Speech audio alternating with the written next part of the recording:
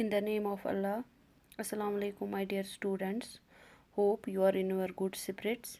Today, in this video, we are going to discuss a short story, Colors of Rainbow, page number 92.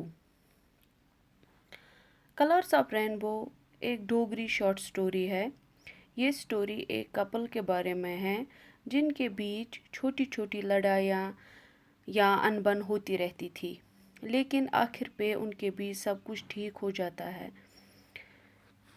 Let's begin. The rain had just stopped. I was looking out of the window. Occasionally, a drop of water fell from the awning of the window. The clouds had cleared and the sun had also come out.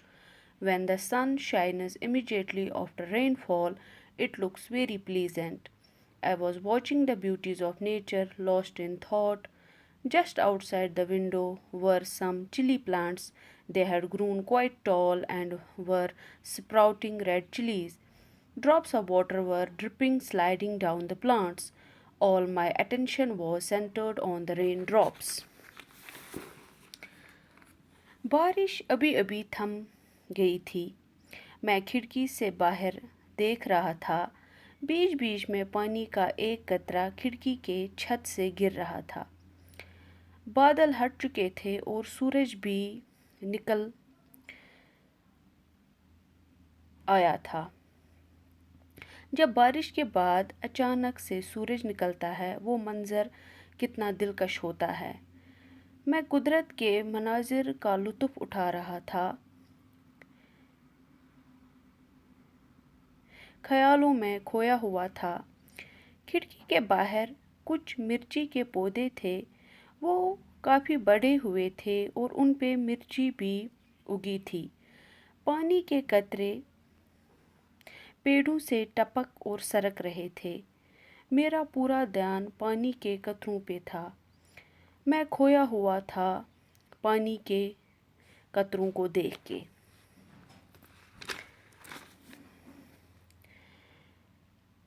A light breeze was blowing outside. I wrapped the bed sheet around me tightly while sitting on the cot. The kids were at play, going out and coming in. They were making a lot of noise, but I was more or less oblivious of to it. The chili plants were dancing in the breeze, and water drops were falling from them. Small patches of clouds were moving to and fro in the sky. Sometimes they covered the sun and it became cloudy, and sometimes the sun came out. बाहर ताज़ा हवा की हल्की सी लहर चल रही थी। मैंने बेडशीट कस के ओढ़ा जब मैं चारपाई पे बैठा हुआ था।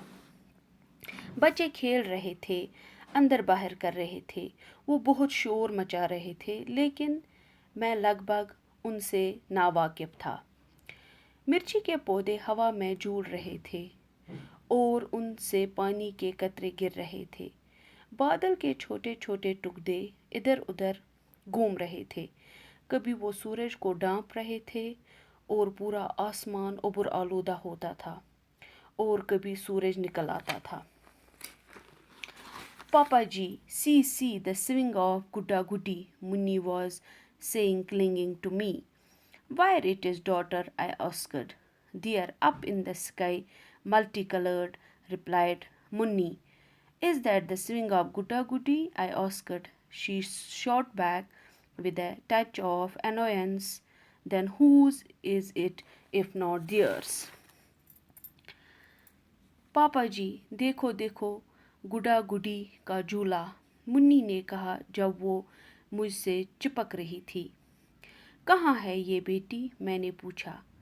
वो आसमान पे, बहुत रंगों वाला, मुन्नी ने कहा। क्या ये गुड्डा गुड्डी का झूला है? मैंने पूछा। वो नाराज़ होके पीछे हट गई। फिर किसका है ये, अगर ये उनका नहीं है? Who told you? मैंने पूछा। तुमसे ये किसने कहा कि ये गुड्डा गुड्डी का झूला है? ग्रैंड माँ टोल्ड अस, दादी ने बोला हमें। I see, then it must be so, I said looking at the rainbow in the sky. अच्छा, फिर तो ज़रूर होगा, मैंने बोला रेनबो की तरफ देखते हुए।